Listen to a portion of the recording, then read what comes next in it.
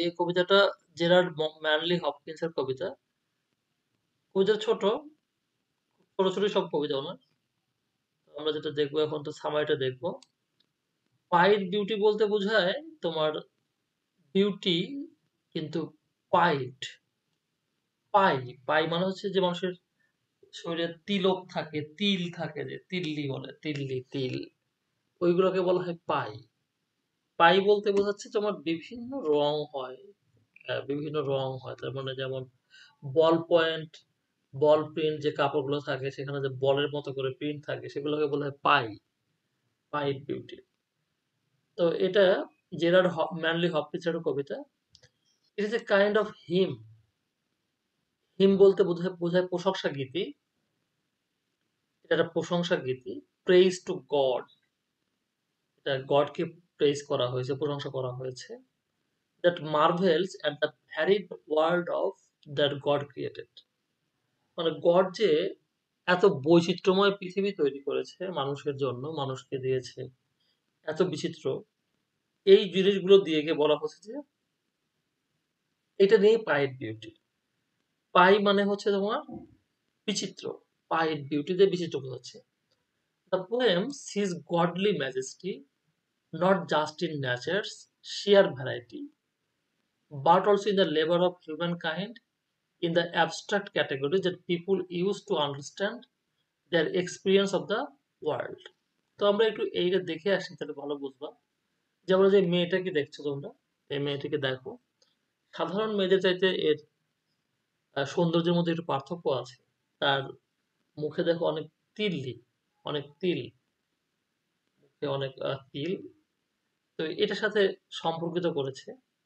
আমরা এখানে দেখো আরো দেখছি যে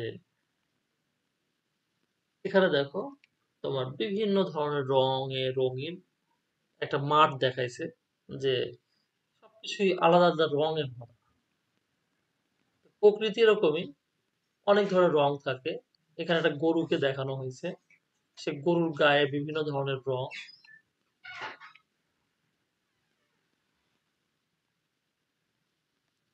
এখানে কিছু পশু দেখো, পশুগুলোর রঙও আলাদা।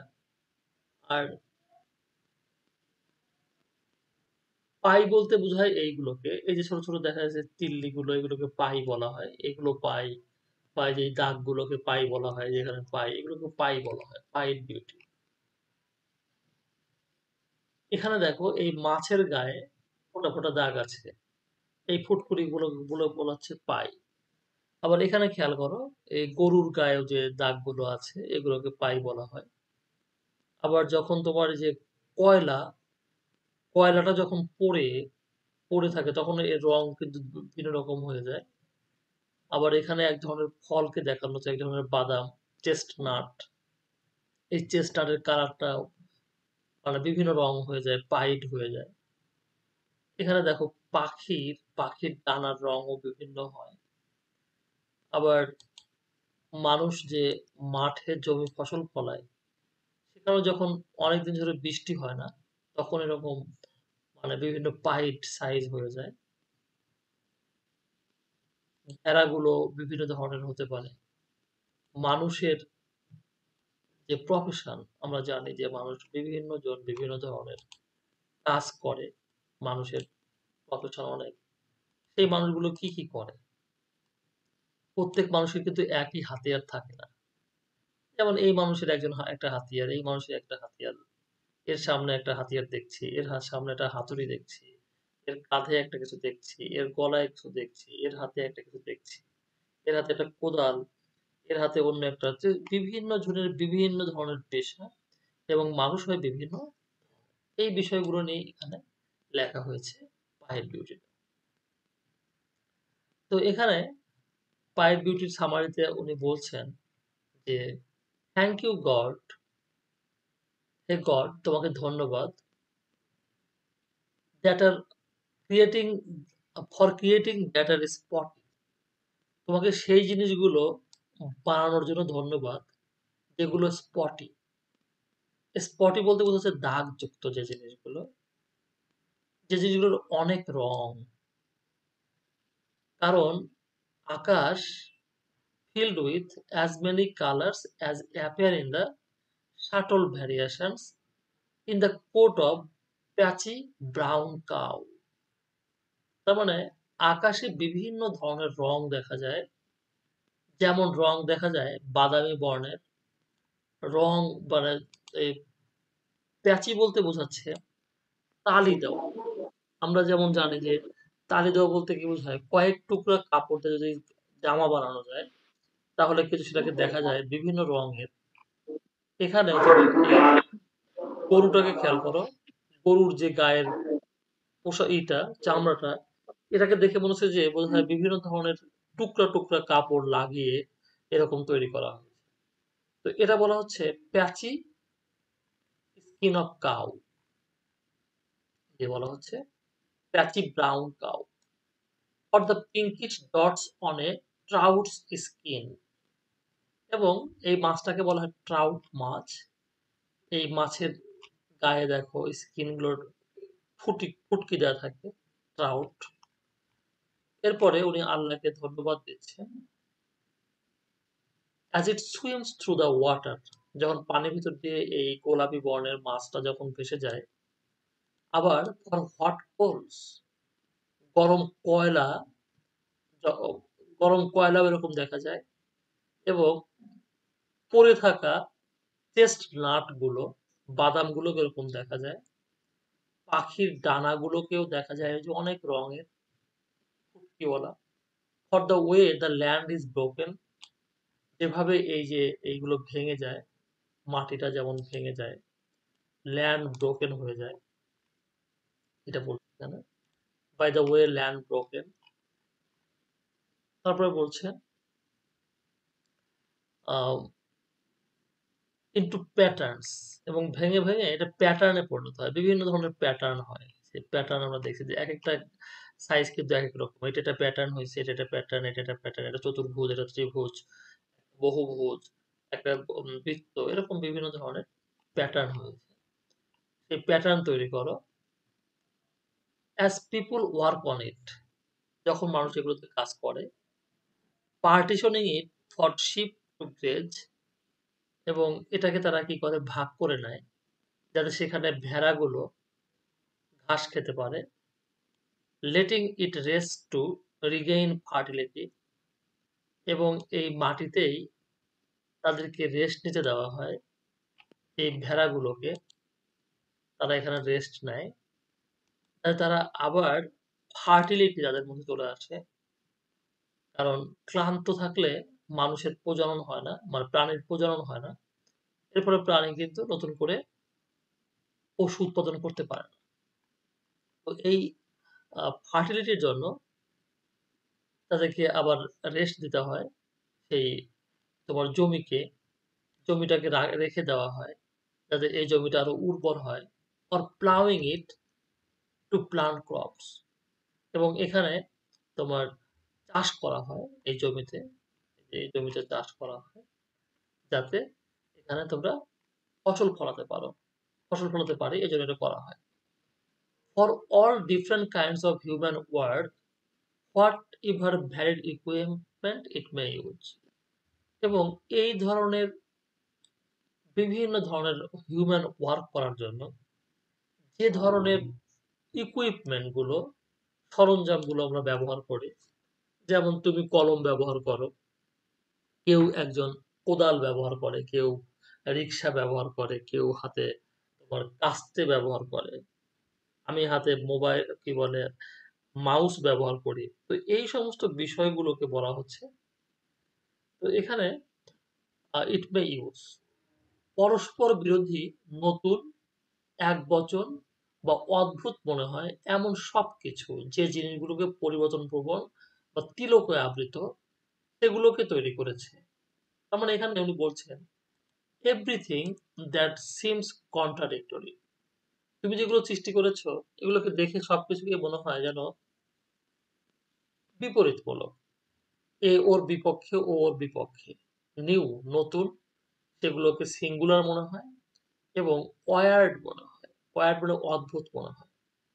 Things that are prone to change, তোমার এই জিনিসগুলো সবগুলো পরিবর্তনের জন্য পরিবর্তনের দিকে এগিয়ে থাকে, সবগুলোই পরিবর্তিত হয়, অথবা এগুলো ফ্রেকলস দিয়ে আবৃত থাকে।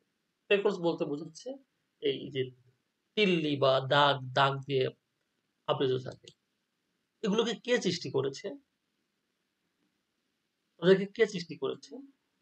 With quickness and slowness. কেউ কেউ খুব দ্রুত চলে, কেউ কেউ খুব ধীরে চলে। কোনোটা খেতে মিষ্টি, কোনোটা খেতে টক, কোনোটা দেখতে উজ্জ্বল, আবার কোনোটা অনুজ্জ্বল। God is the father of all things. সমস্ত কিছুরই স্রষ্টা হচ্ছে God, though he himself never changes. যদিও গড কখনো পরিবর্তিত হয় না, তাই গডের প্রশংসা করো, প্রেইজ। ঠিক আছে, এটাই তোমার হচ্ছে এই কবিতার সামারিটা দেখলাম আমরা। তো আর একটু জিজ্ঞাসা করতে পারো যে স্যার আর একটু বিষয় কোনো কিছু থাকলে পরে বলো, আমি শুধু বলে দিচ্ছি। যেমন এখানে বলা হচ্ছে কি যে তোমার এই পৃথিবীতে অনেক কিছু আল্লাহ সৃষ্টি করেছেন, যে সৃষ্টিগুলো হচ্ছে তোমার পাইট। পাইট মানে হচ্ছে এই যে এখানে দেখো পাইট বিউটি, তার মুখে অনেক দাগ এবং বিভিন্ন রকম মুখে তার দাগগুলো আছে। এরপর দেখাচ্ছে যে এখানে এই বিভিন্ন ধরনের রঙে ভরা থাকে প্রকৃতি। এরপর দেখালো যে একটা গরুর কথা বলা হয়েছে, যে গরুর গায়ের রংটা হচ্ছে কেমন, একরকম না, এক এক জায়গায় এক এক রকম। এরকম গরু কিন্তু আমরা দেখেছি, সেই গরুর কথা বলছে। তারপরে বলছে এই প্রাণীগুলোর কথা, এই যে প্রাণীগুলো তোমার বিভিন্ন ধরনের কালার থাকে, এক এক জায়গায় এক রকম কালার। মনে হয় যারা বল পয়েন্ট বা বিভিন্ন প্রিন্টের কাপড় গায়ে দিয়েছে। আবার এখানে দেখো এই ও- গরুটাকে দেখো, এর গরুটা ব্রাউন রং, কিন্তু তার মনে হচ্ছে যে এই প্যাচি, প্যাচি মানে টুকরা টুকরা কাপড় দিয়ে বোধহয় তার এই চামড়াটা বানানো হয়েছে। এরকম মনে হচ্ছে যে এই জায়গায় এক টুকরা, এই জায়গায় এক টুকরা, এই জায়গায় এক টুকরা, এভাবে টুকরা দিয়ে লাগানো হয়েছে। আবার এই মাছটাকে দেখো, এই মাছটার গায়ে কি থাকে? মাছটার গায়ে ছোট ছোট ফুটুরি থাকে, ফুটকি থাকে। আর এখানে দেখো কয়লা, গরম কয়লা যখন হয়ে থাকে, তখন একে রংটা কিন্তু বিভিন্ন জায়গায় বিভিন্ন রং হয়ে যায়।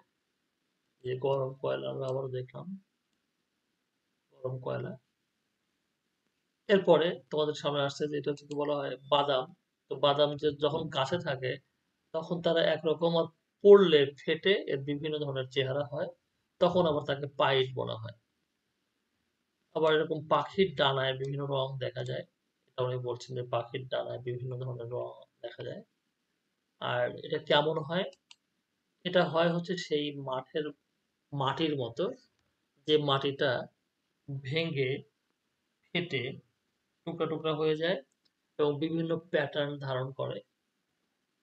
আর এই প্যাটার্ন গুলোতে মানুষ যখন এই জমিটা টুকরা টুকরা হয়ে যায়, বিভিন্ন জন বিভিন্ন জমিতে কাজ করে। এই এক একটা জায়গা এক একজন মালিক হয়, এক একটা জায়গার দখল এক একজন মানুষ পায়, এবং তারা এক এক জায়গায় এক এক কাজ করে। তারা সবাই একই কাজ করে না।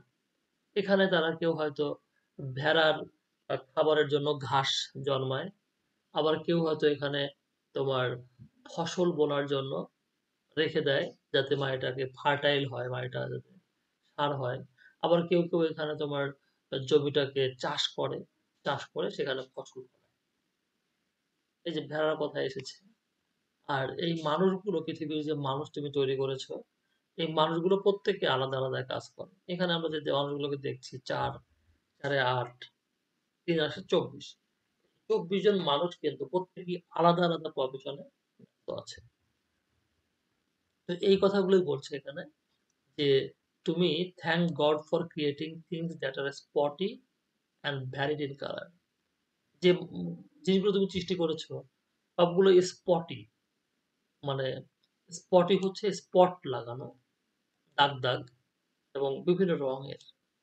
কারণ sky is filled with as many colours. কারণ আমরা জানি যে আকাশে অনেকগুলো রং থাকে, আকাশে অনেক রং থাকে দেখে কিন্তু রংধনু সৃষ্টি হয়। As appear in the shuttle variations in the coat আর এগুলোই দেখা যায় আমরা কোন কোর্টে দেখি? যখন আমরা দেখি যে এই জোড়াতালি দেওয়া কোট পড়ে আছে ব্রাউন গরু। জোড়াতালি দেওয়া কোট পড়ে আছে বলতে যখন বুঝালামই যে একেক জায়গায় একেক রং দেখে মনে হয় জোড়াতালি দেওয়া কোট পড়ে আছে। আবার পিঙ্কিশ ডটস দেখা যায় আমরা দেখি ট্রাউট মাছের স্কিনে as it swims through the water যখন ওটা পানির উপরে ভেসে বেড়ায়। আবার হট কোলস দেখা যায় কয়লা অ্যান্ড ফরেন চেস্টনাটস দেখা যায়।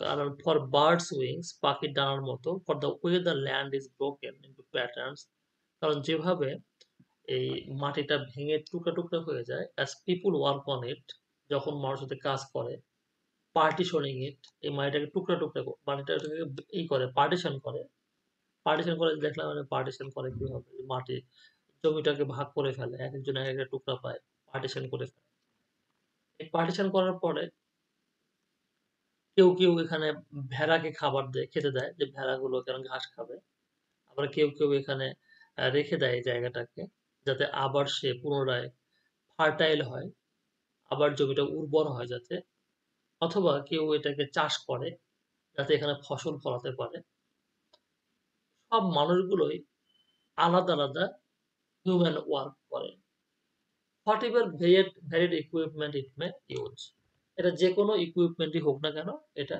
ব্যবহার করে মানুষ এগুলো করে থাকে এভরিথিং দ্যাট সিমস কন্ট্রাডিক্টরি যা কিছুই আমরা দেখি পৃথিবীতে সবকিছুই যেগুলোকে মনে হয় যে বিপরীত মানে পরস্পর মুখোমুখি বা আলাদা প্রত্যেকেই কিন্তু নতুন একা ও অদ্ভুত things that are prone to change যে জিনিসগুলো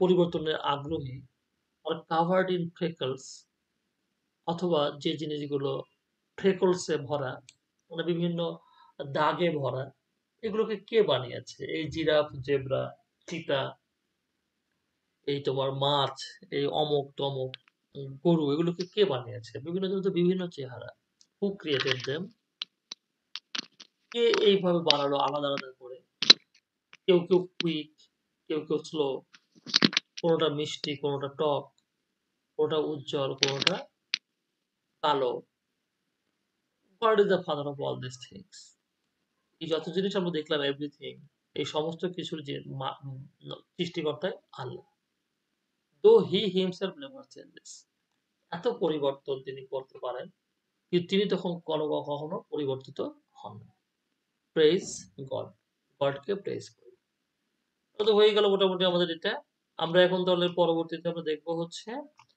প্রশ্নগুলো তাই তো প্রশ্নগুলো দেখবো জি স্যার একটু ধারণা দিয়ে দেন প্রশ্নগুলো। হ্যাঁ প্রশ্নগুলো তো আমরা নিজেরা দেখে